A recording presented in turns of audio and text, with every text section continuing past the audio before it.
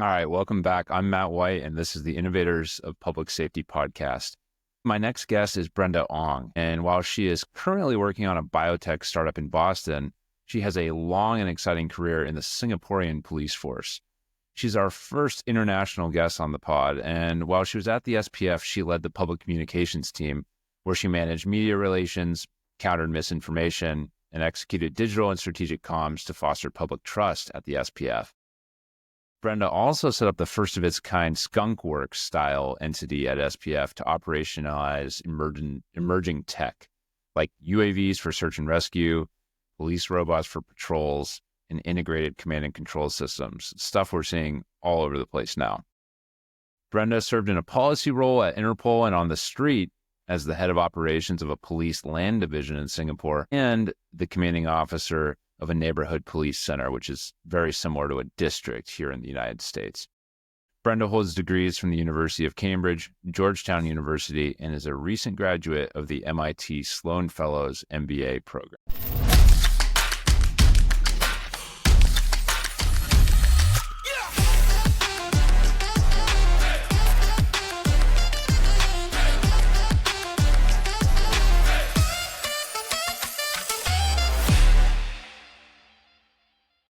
All right. And Brenda, we're so happy to have you here. So thanks for joining us today. I think, you have a long history with the Singapore police force. You're also the first person from Singapore, actually first international guest on the podcast. Can you just help the audience by giving us a little bit of an overview of what the Singapore police force looks like? Most of our listeners are American, and so they'll have a very different idea of what it looks like than I think you can give us. Cool. So hi, everyone. And it's my honor to be the first international guest on your show and on your podcast. So I come from the Singapore Police Force. It is the national police force of Singapore. So it performs both the state and federal functions. We are a police force that's relatively lean. So I think in terms of manpower, our police force is probably about 15,000 strong. So it's a very lean police force that is in charge of all crime-related issues in a very small country. So if you think about the way that our police force is organized and structured, so it's very different from, I think, a lot of countries. So we do have three main pillars of policing. It is operations, investigations, and intelligence. And these are what we call the anchors of policing work in Singapore. So our mission generally prevent, deter, detect crime. But within this police force, actually reports to the Ministry of Home Affairs. So it's kind of like the Department of Homeland Security. And we're one of many, many other enforcement agencies in Singapore. But we are probably the largest enforcement agency in Singapore. Yeah, it's a great overview. And I think for size comparison, how many people live in Singapore? So currently between 5 to 6 million. Yeah, nice. So it's a very small country. It is the size of many big cities in the US. Yeah, absolutely. I mean, but I have a personal warm spot in my heart for Singapore. Just some of my earliest employees at Multitude were engineers from Singapore. So shout out for Singapore. And I think that's part of how we met actually initially. So yeah. One of the things I wanted to talk through after the overview is just thinking about the growth program that you're in, Singapore Police Force. We met because you're at MIT, where I did my graduate school. There's not a ton of programs in the US where we send our law enforcement professionals to elite schools like that. There's a few here and there, but that's pretty exciting. Was that a program that you had seen before inside the SPF? Is there a real focus on education inside the police force? How did you get to MIT? So I think I got to MIT. I was very lucky in a sense when I got accepted. The police force was kind enough to give me no pay leave to explore my options here. Yeah.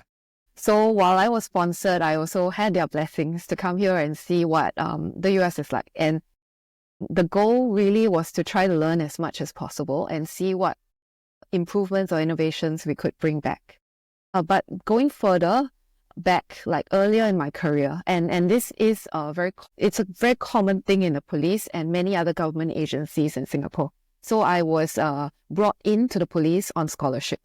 So at age 18, I got into a university. I went for an interview, and when they asked me what I wanted to do, I said I want to prevent, deter, detect crime. I want to be a police officer and fight Please crime. tell me you said it that way too, Brenda. I think at age 18, I was a bit more, my words were larger, my ambitions were much bigger back then.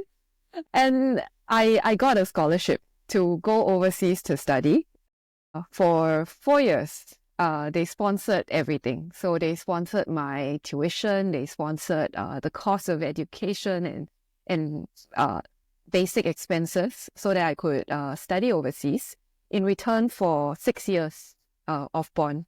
And it was a great job because I stayed longer than that. Like I've been with the police force for more than a decade ever since then. And it was a wonderful experience. But I wasn't the only one. So I think in my year, there were at least like 15 people who were awarded scholarships whose studies were sponsored and in many, many fields, very diverse fields. So you'll be quite surprised, like the kinds of backgrounds that people in the police force in Singapore have, like everything from geography. I was a behavioral scientist by training. There are engineers, there are finance people. They really come from all walks of life. And I think that criteria is not so much what degree you have, but like what diversity, what skill sets and resilience, on mental resilience you can bring. Yeah. It's funny, the program you described where you basically were on scholarship from the police force is really similar to the ROTC program here in the United States, where people, but that's obviously for the military. Maybe like riffing on that a little bit, that you said also like, hey, we came here to learn and learn as much as possible. Once I got to MIT, like, what have you learned? What have you figured out about policing in the United States or just technology in general while you've been at MIT? Yeah. So one fascinating thing about the MIT ecosystem, which I think you probably are also very aware of and a beneficiary of, is just the sheer strength of the ecosystem here when it comes to innovation and just helping startups grow and grow into something that potentially could change the world. And I think MIT and probably the greater Boston area, there's this general sense that people come here wanting to build technologies that can change the world for the better. And that's what MIT drills in us every day. Yes, they do. And it's also that the ecosystem being there to support everything. So if you want to talk to someone who's fundraising, you can find that. If you want to talk to someone who has experience helping you scale and build your business, there's always someone there. So it's also that intersection of like talent. Like while we're in business school, we can have classmates who are engineers, and then you can tap on them, work on a project together. That project could end up being like a startup or a viable business. The opportunities and just the potential here is amazing. And this ecosystem is something that I think a lot of places try to emulate, but you just don't have that critical mass of creative talent. Density. Yeah, I mean, I would say like I even think like the way that you and I met for the first time is like a good example of that. I met your co-founder in another venture at a rooftop mixer in Back Bay. That was a bunch of former MIT people, but hosted by an investment bank that's doing venture capital investments, right? I mean, and then, oh, by the way, she mentions, hey, you're doing technology and law enforcement. My co-founder actually was from the Singaporean police force. Like, what? And then a few emails later, we were having like coffee and matcha in Harvard Square, chatting about police technology. Yes. Yeah. No, it's so good. So, okay, I know you do more, like your aperture has widened since you've been here. You're doing a lot of other things, but I want to go back a little bit to some of the stuff you told me about when we first met, which is your time in the Singaporean police force. Can you talk a little bit about your career trajectory and kind of like how you went, from new recruit basically into the technology side of things, and then eventually public affairs and that side of things too. Like, can you tell us about that? Yeah. So, sure.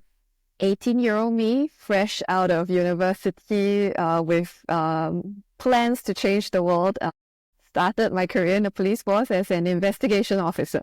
Probably the most, surrounded by probably one of the most cynical group of people. Yes. Because detectives, investigators, they're one of world weary. They've seen the worst of human nature, but it was a great learning experience because it was really throwing me. It's a baptism of fire.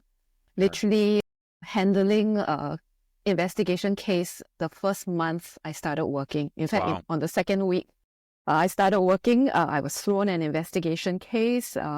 It's a very normal case, but it's Triple just homicide. like, oh yeah, like as always, all the yeah. My first case was just a very, very normal theft case, serial. I thank God for that, like tiny leap up. Investigations opened my eyes to like a different section of Singaporean society, a part of society that I think very few people see. And then from there, I was lucky enough to get a posting to Interpol because during that period, Interpol was expanding globally. It was expanding their presence. They were looking for place in Singapore to build their next headquarters, and I was sent to Lyon to help with that. So while I was in Interpol, I was working under the strategic planning division there, which was reporting directly to their Secretary General. So I helped staff some of the missions as well. And then from this very micro level experience, I went super, super macro to see like, oh, this is like global policing and how everything works. And then a bit of a whiplash. After that posting, sent back to the ground. Yes. So, well, that's perfect for a person from Singapore, right? I mean, you guys are this tiny nation surrounded by a lot of big other nations. So you go from like a regular investigative job to the international organization for law enforcement, see how the rest of the world does it. Probably, hopefully, I think part of the reason that they send people there is to get some good ideas and bring them home, right? Yes, get some good ideas, bring it home, but also just push for global security. Because I think Singapore happens to be one of those countries that's a bit more transparent about like our aims in global organizations. And because global security and having better information sharing at an international level actually benefits everyone, including us. So it's a rising tide lifts all boats type of thing. So if we can contribute to information sharing infrastructure at a global level, then that's something that we'll invest in as well, including investing our people. And then moving on from there. Yeah, I know. There's a lot more. Yeah, sorry, this is gonna take a while. Yeah. So the next posting was technology development. So I ended up being a operations officer working for what we call the Future Operations Division in Operations Department. Division. Okay.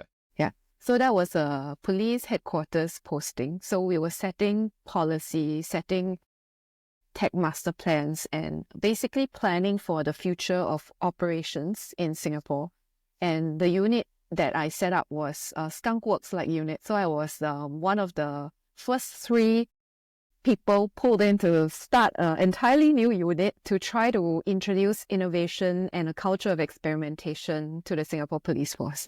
Have you heard, Brent, of the Defense Innovation Unit, DIU? Have you heard of this? Yes. Yeah. So was that the model, or is it just happens to also be another innovation idea?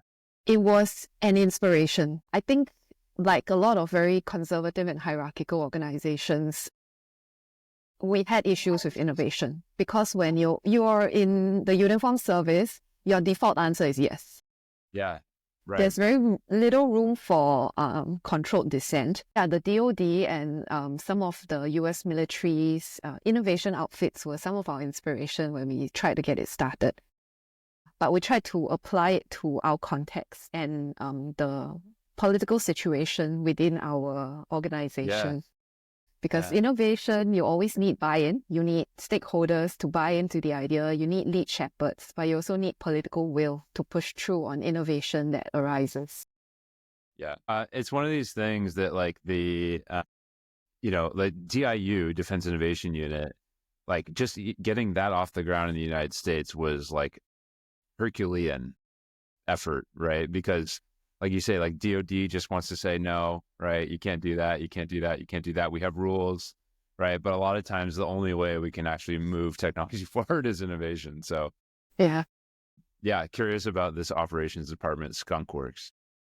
So I think the Skunk Works was a very interesting unit. So it's since evolved. It's become a fully fledged unit. But back then when we started, we had a very little budget, limited budget. We had a grand mission to try to change culture, change mindsets. And when we started, it was a 3 to 4 man outfit, the fourth person being our boss. And then we were just trying our best to introduce technologies that would benefit our frontline officers and make them more future ready. So back then, that was in 2015. Yeah. We were experimenting with a lot of emerging technologies and experimenting with how these emerging technologies could eventually be utilized for the frontline on a daily basis. So our first few experiments are UAVs, but drones. very small UAVs for very benign purposes like search and rescue and just general crowd surveillance. And because your aerial view is very different from like a view from a CCTV camera. So we also worked on command and control systems, integrating them with wearables and sensors, and then trying to sort of sense make from whatever we could gather from sensor data in a very integrated command platform. Experimented with things like chatbot. AI wasn't great then. So a lot of things was based on keyword prompts and then like getting the right response back. Right. It's since evolved a lot. And some of our initial experiments, a lot of them failed. But the ones that succeeded really did have a lasting contribution. So to today, the Singapore Police Force is working. It has UAVs deployed daily for search and rescue purposes. It has police patrol robots that we deploy for very static terrain, but came in super useful during COVID operations. Was that something that you guys decided to deploy as like is this a presence role? Is it just there for, physical security at a subway or a train stop? Like how are these being used? So when we first thought about introducing police robots, it was to complement our police officers in their daily duties. So a lot of the technology that we were thinking of back then was never to replace a police officer, but to make their job easier or to complement them, or basically to augment them, like or like the dull, dirty and demanding jobs. We're basically trying to use a robot to do it instead of a human, to borrow the US concept of ops. So we deployed them really in very static terrain, like key installations. So you have like same thing in the US, many key installations. These are critical security infrastructure. The terrain is very, very static, very controlled environments.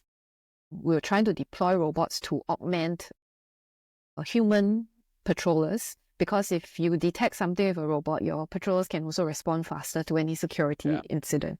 So that was a very initial use case. But then when COVID came, we realized the amount of surveillance required in government quarantine centers as well to ensure public safety. So the police robots were then deployed to help in the early detection of any incidents, because your officers can't patrol as freely in a quarantine area during COVID for risk of transmission issues.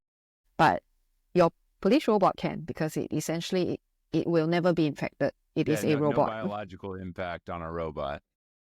Yeah. Another use case came out from there, but yeah. So now day to day, I think there's a lot more technologies that the police force is very used to experimenting with now.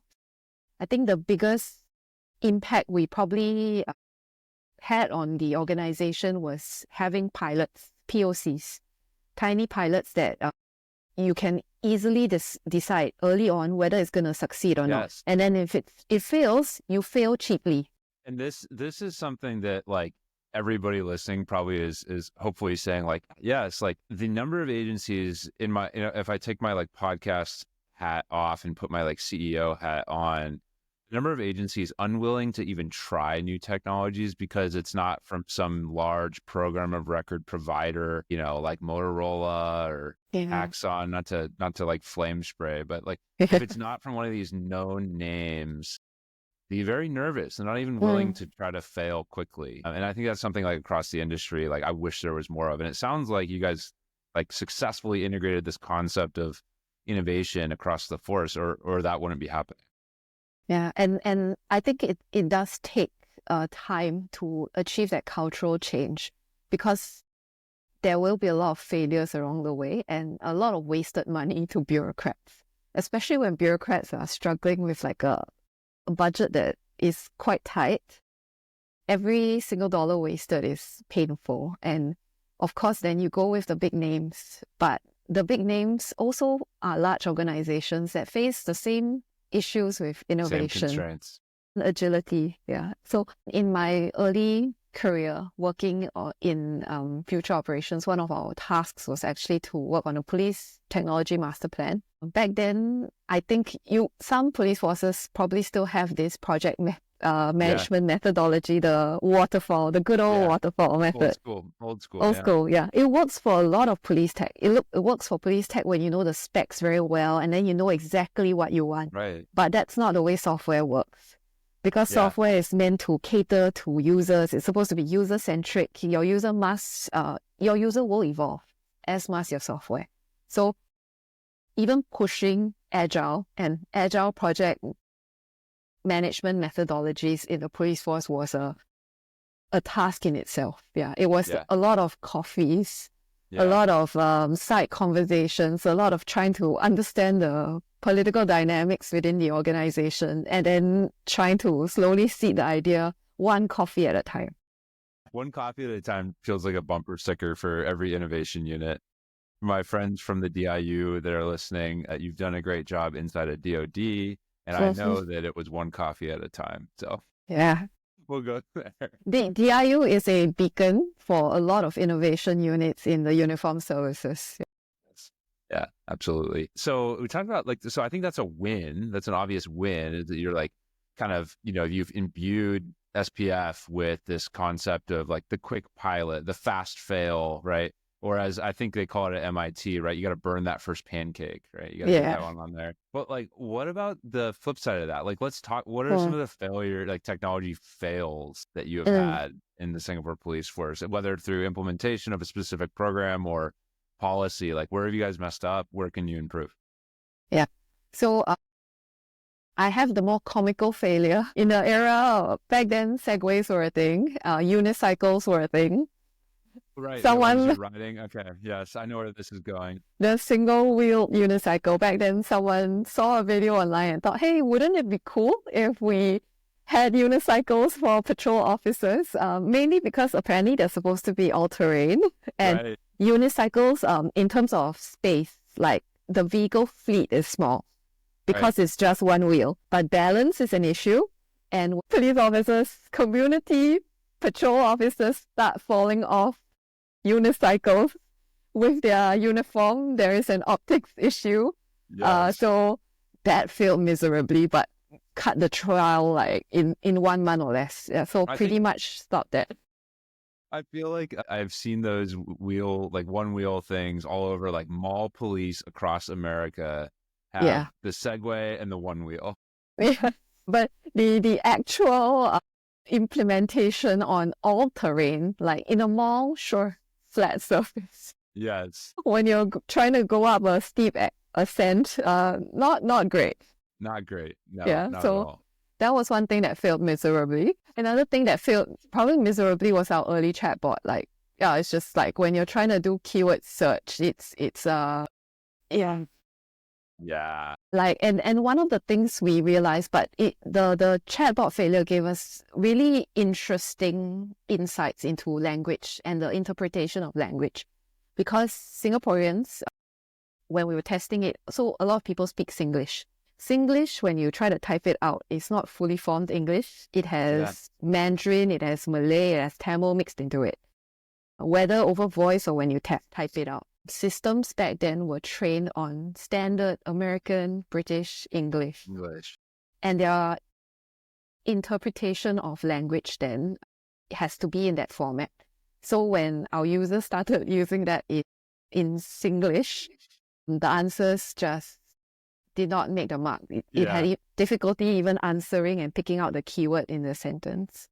So that didn't turn out very well. I'm just imagining that I've heard of Singlish before, have a number of Singaporean friends, both from the military and multitude. And just even the slang expressions that come out of some of those conversations, I don't know what you're saying. So I can only imagine a chat bot that only knows British or American English.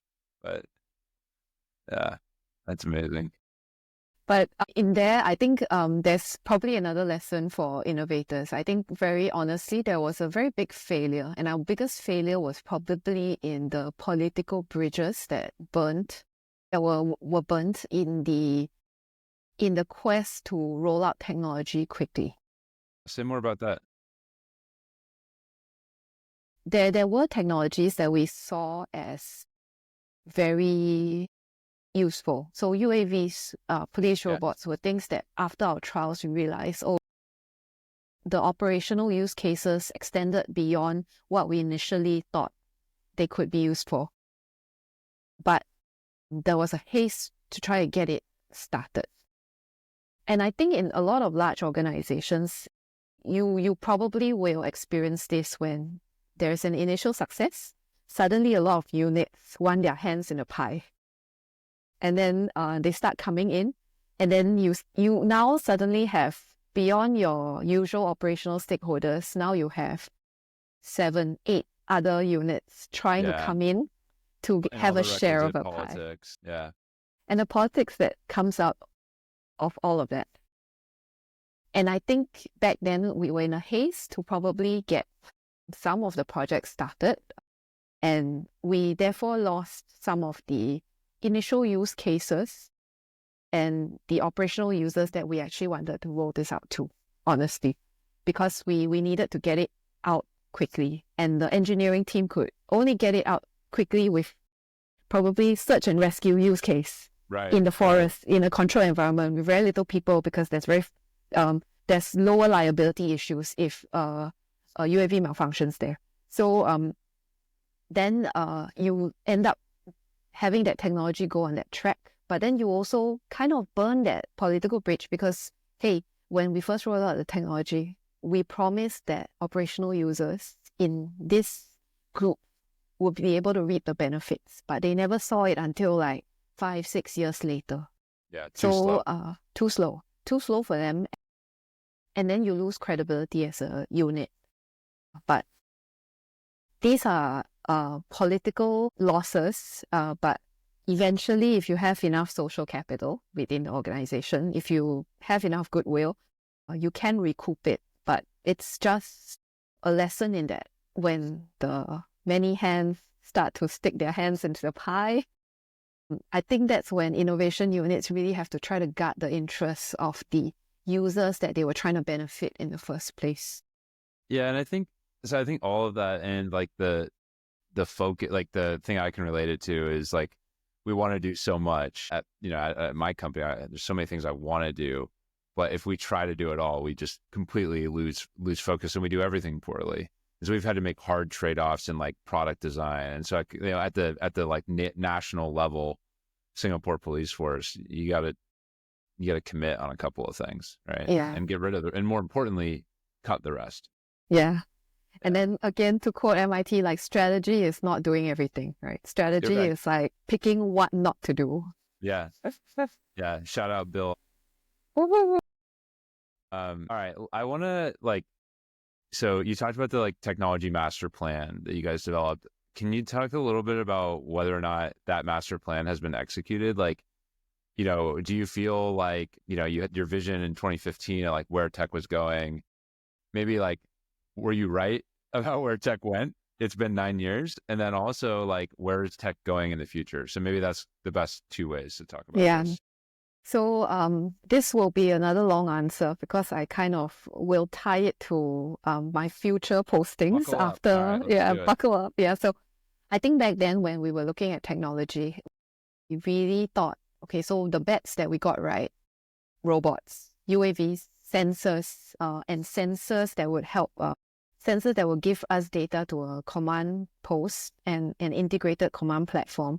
Those turned out to be very useful, and that was really where the direction of a lot of police tech companies went with body-worn cameras, having facial analytics at the back end, and then being able to quickly identify your target. All this turned out to be true. The thing that we didn't foresee that went so quickly was information operations, and how just misinformation would really shape the criminal landscape significantly in the future for us. So to give you a sense of how big the problem is, so misinformation is beyond fake news. It's also it also influences scams. So scams, Yeah. back then we knew it was going to be big, but we didn't expect it to be so big. Give you a sense of how bad it is in Singapore. Singapore is very, very safe physically. Last year, probably 20,000. In 2023, there were 20,000 cases of reported physical crimes. So physical crimes involve like thefts, outrage of modesty, serious hurt incidents, but most of them are like really minor criminal cases. Yeah, incredibly safe. It has that reputation. But scams and cybercrime were more than 50,000 in 2023. Wow. So our scams like 2.5 times the number of reported physical crimes. And the amount that was lost to scams was more than $650 million. Came about really because our economy just got better and better. And it was the nature of the society that we were in. We relatively affluent as a country, but when you are relatively affluent as a country, you become the target of a lot of scammers because they know that your average person in the country has the money that could be transferred out. So they become targets. And in a country like ours as well, it's also a bit of complacency because we are so physically safe. The guard is very low when it comes to crimes and being cheated. So when the scam phenomena came up and the scam centers started targeting Singaporeans, a lot of them fell prey. There was a lot of money loss, and I think today we're still grappling with trying to address this issue and create awareness about the types of scams. And the MO just keeps evolving and evolving and evolving. So for me, after like my future operations, I was lucky enough to be sent to manage my own neighborhood center. So I ran a team in Bukit Panjang Neighborhood Police Center. And when you say neighborhood center, Brenda, that's kind of like a district or a precinct? It's Yeah. like a tiny district, I would say. There are 35 of them in Singapore. And I was lucky enough to run one of them. And I think you just see on a day-to-day basis the load of online crime, cyber crimes, and scams as opposed to physical crime. Yeah. You also saw how difficult it was for our police officers who were trained on the old model of fighting crime to try to have to grapple and even understand the modus operandi of a lot of scammers. And a lot of it in the next few years was spent both educating our public, but also educating our own police force about the types of crimes that were out there and how to keep tracking the modus operandi of scammers so that everyone would be aware and be able to detect like, oh, a crime has happened and then respond immediately. And then the other aspect of this was, so eventually my previous post before I came here was leading what we call a public communications division. So we did media relations, we did social media and digital strategy, but we also worked on information operations. So in information operations, I ran a command cell where we basically 24/7 were monitoring online chatter about the Singapore Police Force. But it was all very open because these were things that people were saying on social media. So basically get a social listening tool, see what people are saying. And it ties very closely to reputation management. And in Singapore, I think their model is quite, information operations is very blended in with reputation management, because our policing model is very different in the sense that we are a community policing unit. So our primary model of policing is community policing. So we believe very strongly in enlisting the public and having very good relations with them, because they can be your eyes and ears. And this was a model that evolved from the Japanese Koban system. We took inspiration from that. And then we've always been very big on public trust, because if the public doesn't trust you, they don't give information to you, they don't share a lot of things with you, and then you also lose your legitimacy as a police force. So reputation then becomes a huge issue. It becomes like almost the raison d'etre in safeguarding our legitimacy as a police force. So every day we basically, to safeguard our reputation, try to look at chatter online. And once there is misinformation or fake news picked up about the police force, we essentially try to find a way to counter that misinformation, but do it in a way that still engenders public trust. Yeah. And that's such a balancing act too, right? Yeah, I mean, it is. People are very sensitive, and I think rightly so, about any government organization that is trying to listen into these communications. And I don't mean that in a nefarious way, but like listen and then shape the narrative can feel bad, even though you might be doing it for good aims. Yeah. What do you think, Brenda? Like, did you guys find that misinformation that was coming out was directed? Was it just bad rumor that spreads faster because of the virality of social media? Or was this similar to like election interference in the United States, where there's like nation state actors that are doing it on purpose? Yeah. So that's a great question. And I think that's a line that a lot of people are still trying to draw when you try to segregate these cases. Yeah. So for me, my experience in leading that unit was there's misinformation every day. And some are benign and some are malicious. And the intent of the misinformation is therefore very important. So I can give you an example of a very common and benign misinformation that we always see. So during the festive seasons, they'll always say, oh, police are going to set up roadblocks at like 500 different locations in Singapore during the festive season. So don't drink and drive. So this message will usually come with, I have information from someone at the traffic police. The police are going to set up roadblocks. My friend. My friend. We're setting up roadblocks at 500 different locations, so don't drink and drive.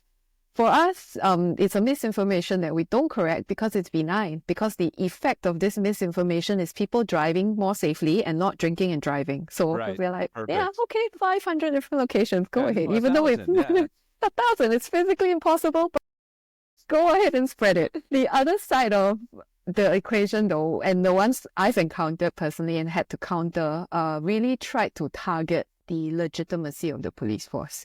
And then I think your very classic policing, what makes a crime, that jurisprudence comes in. So in the Singapore system, beyond an actus rea, which is the criminal act, you have to have a mens rea, which is the criminal intent. When you start to piece together certain types of misinformation, you will start to see the intent of that misinformation. Yeah. So one of the cases that I had to respond to, for example, was it seemed very innocuous. It happened during COVID. And what this person claimed was during, they saw a police officer shouting at an old lady to put on her mask. And then like they were basically bullying her. And this was an old, lost, elderly woman who just was super vulnerable. And they were like, put on your mask, put on your mask. Yeah, right. So there was a video that accompanied that and involved a police officer saying, put on your mask. So context behind that is, during that period, Singapore was enforcing mask wearing policies, and a lot of public servants had to go around reminding people to wear their masks. but a video is a 3-second thing. It is a shot of an officer, probably not yelling, but just saying in a very loud voice to a woman, put on your mask. The context behind that was this elderly woman was lost. And they were trying to find her the way home. She was also slightly hard of hearing. And she was also someone that was regularly lost in the neighborhood. So what our officers did was, that video did not capture the hour before and the hour after where they were trying to find her next of kin to bring her home. And then they didn't capture her being there, and then them noticing it was buying food for her and trying to take care of her while her relative came down to take her. So all of that was missed out in that video. I mean, this story could be taking place in Seattle as soon as Singapore, right? I mean, exactly. It's just the people love to put these narratives out there, and it's so interesting. As you were saying that, I was just hearing like, wow, I've heard this story before. Yeah. And it's 3 seconds. You can basically edit any video to take out the worst component, post it online, and put whatever story you want. And this person's story was that we are bullies. We are abusing our power. And we are just overstepping our boundaries. We're not protecting the public. And I think that messaging behind became very clear. It's a malicious message intended to sort of attack the foundations of government institutes and try to attack public trust. And once that line was crossed, we decided we had to respond very effectively and quickly with our own social media video. Actually, from our officers' body-worn cameras, we basically said, anyway, let's just show you the unvarnished truth. Yeah. This is the body-worn camera footage. This is actually what happened. And this is a video taken directly in front of the officer. Please judge whether he was shouting or not. Right. We all have that there that also can't hear. So that might be me. I did too many years with airplane noise in my ears. I left the military with a rating on my ears, so that could be me in a few years. That's probably me too, with a lot of things. That's hilarious. All right, I want to shift gears a little bit more about Singapore specifically too. Yes. You guys are, I think, because you're a nation state, it's a city, state, nation all in one, right? But do you think there's any unique threats that your police force has to handle? I think that could be pretty interesting. This is a very different construct in the United States. So is that a unique mandate in any particular way relative to, I'll use Seattle again, right? Seattle PD or Boston PD. And I think our challenges probably more similar to Asian police forces, less so to American police forces, because our population is very small and it is an aging population. It is an aging and declining population. We face the issue of manpower challenges for our police force because we have a pool of national servicemen. So it is mandatory to serve your national service in the uniformed services for all males in Singapore. And a lot of our manpower pool actually derives from this conscription. So with less babies, we have a lower manpower pool. We also generally face the issue of just a declining population and therefore a smaller pool of people to pick from. So we face a declining population, and a lot of our then early strategies and the early investments in tech, as far back as when I was in the police force future ops unit, I was working on therefore trying to have robots or other technology to complement police officers and make their work easier, or basically do more with less. And that's one of the big challenges we face, but it's not something that we can't surmount with good enough investment in technology in the right areas. Scams were the other unique threats that we talked about. Because our economy is also a financial hub, and because we have such high inflows of money, so commercial crime, scams, cybercrime, we may be higher than a lot of other places. But that also means our police force has to be a bit more familiar with financial crime it has to be a lot more familiar with cryptocurrencies and then the way money can be diverted nowadays with crypto. Also, just scams and the evolving modus operandi, because it's just changing every day. Yeah. It's Yeah, and even changing so quickly. jurisdictionally. And jurisdictionally, yeah. So for us, I think recently we set up an Online Criminal Harms Act office just to tackle online criminal harms and work with ISPs and service providers to try and detect online harms even before they happen, to intervene upstream. I think one of the other unique areas is public trust. And I think this probably is more universal in terms of a challenge, trying to maintain public trust. For a police force to maintain the public trust and that social compact with your population, and then to try to serve them effectively and know that at the end of the day, the police are not a malicious presence in your community. They are there to protect you, but we need to do what we need to do sometimes. We're lucky enough in that we can be a bit more transparent about some of our practices and some of our policing principles. For instance, like in shooting cases, like when we had to respond to a police shooting and held a press conference, we were able to explain to the media and the public the kinds of engagement ROEs that we had, the principles behind why we decide to fire our guns and why we don't.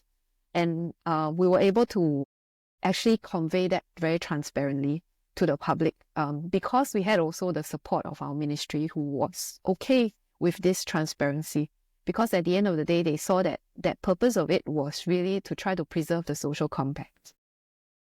Yeah, and I think something people will wonder about that aren't as familiar with Singapore from our perspective is like, it's a common law country, correct? I mean, though not a democracy the way the United States is, I mean, this is a country with the same like core underpinnings in terms of rule of law. Am I right on that? Yes, you're right. We used to be a British colony like the US. So we inherited the British law. The bulk of the penal code from 1882 that we inherited still remains, but we've been trying to change that legislation to keep up with the times. But common law country, rule of law, very similar legal structure and very similar legal framework. Yeah, absolutely. Cool. One of the other questions, just in terms of like differences from municipal department in the United States, and maybe the last thing to talk through on this part is counterterrorism. Some of our police engage in like CT stuff, but obviously we have like a different breakdown here in the United States.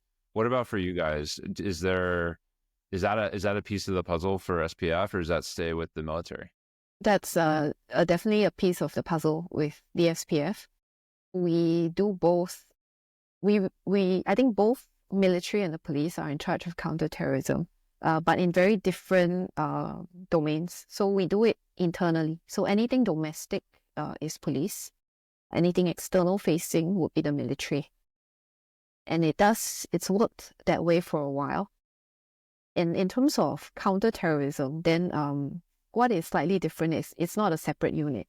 It is counterterrorism is with every operational department. So when I was running a neighborhood police center and when I was heading operations for a police district, counterterrorism was part of my job portfolio. So counterterrorism for us involved like training forces to be able to respond to public safety and security incidents within a set period of time, usually like 10 minutes or less.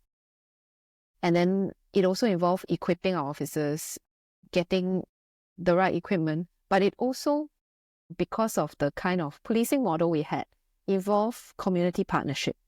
So a lot of it was also preparing our stakeholders to be ready to respond in the event there's a terror attack. So for instance, some of my bigger stakeholders when I was in the police district were hotels, schools, and large shopping centers. Yeah. And even the embassies in my area, so US Embassy included. We'd have a training exercise with the Marines every year. And we would actually have joint exercises with our stakeholders and mock out a counter-terrorism, a terrorist scenario, and then see what the response would be. And then we would actually do the very military thing, do an AAR with them, tell them what needs to be done, which exits need to be fixed, and in terms of their plans, what the loopholes were. So we went through the same thing. So again, very transparent with a lot of our stakeholders in terms of the threats that we face to get them on board, and then also have them participate, because I think very early on as a policy, it was not feasible for such a small police force to do counterterrorism everywhere. And therefore, you need your stakeholders to participate and play a part too, so that when something actually does happen, everyone is ready for it. Yeah, that makes a lot of sense.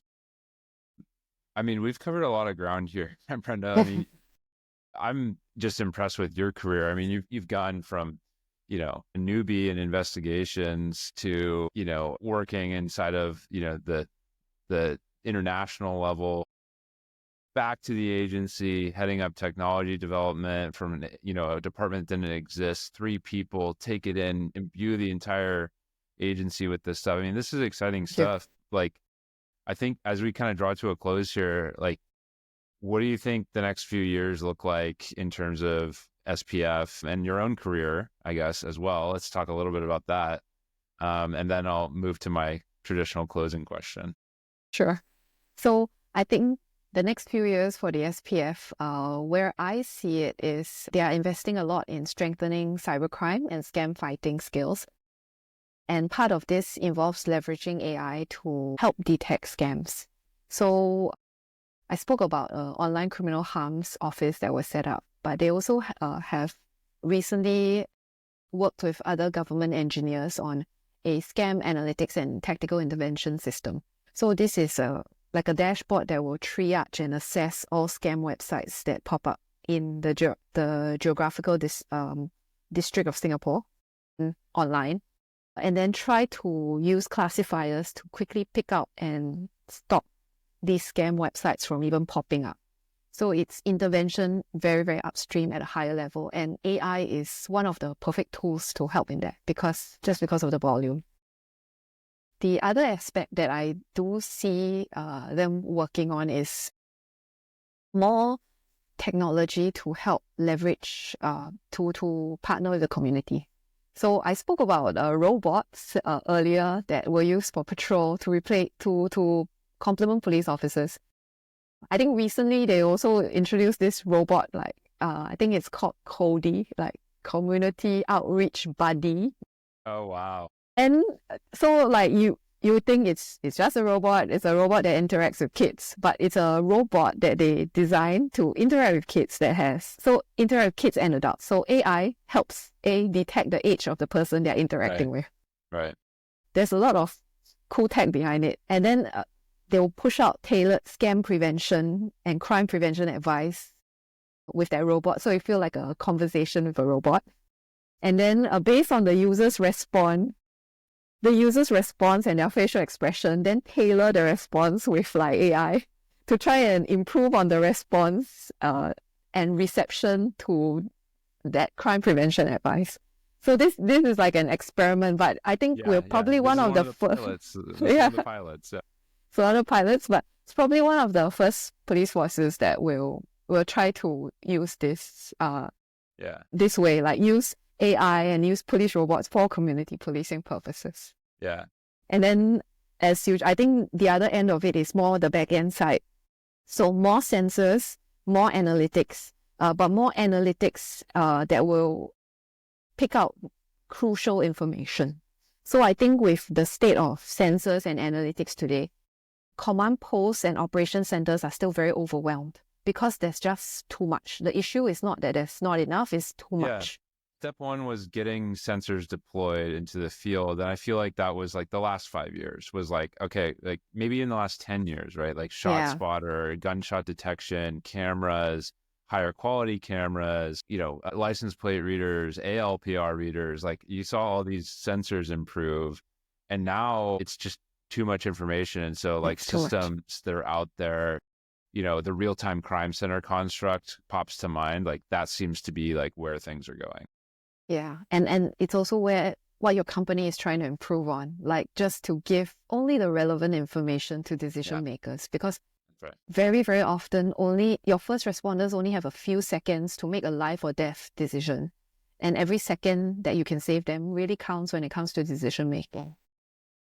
Okay, Brenda, I want to do this for like 5 more hours, but for your sake, I think we should maybe come to a close here. But I've been asking all the people that come on this pod a question that is important for me because I have so much fun doing what I'm doing. And so I figured I'd turn it around on you and say, what is the most pure, unadulterated fun you've had in the last few years? Oh my God. So many, many answers, but for the sake of this podcast, I will stick to something very public safety and policing related. So it's not fun for a lot of people, but it is digging through trash to find evidence for a murder case that I was helping. So that just opens up a lot of questions. So I was helping colleagues in our criminal investigation department work on a body parts murder case. Okay. So there were several body parts that were found, but there were several body parts that were not found. And we had, at that point in time, pretty much scoured the island for the missing body parts. Some of the missing body parts, one of them included the hands. Okay. Because hands contain fingerprints, and fingerprints give you identity. Yes. But by then, we already knew the identity of the person. We just wanted a whole body. So, as part of our mission to protect Singapore, to piece together an entire body of evidence. No, the pun. No pun intended. We went to the last place.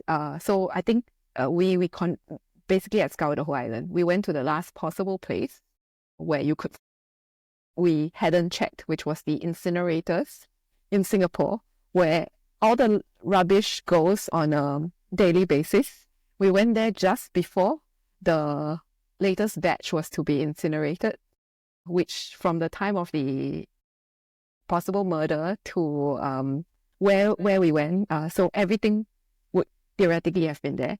There was a team of many, many investigators literally digging through trash to try to find evidence to piece together a solid case for this murder trial. Wow. And this I don't is the think, best answer. Yeah, it was a lot of fun. It was very satisfying. Did you find the hands?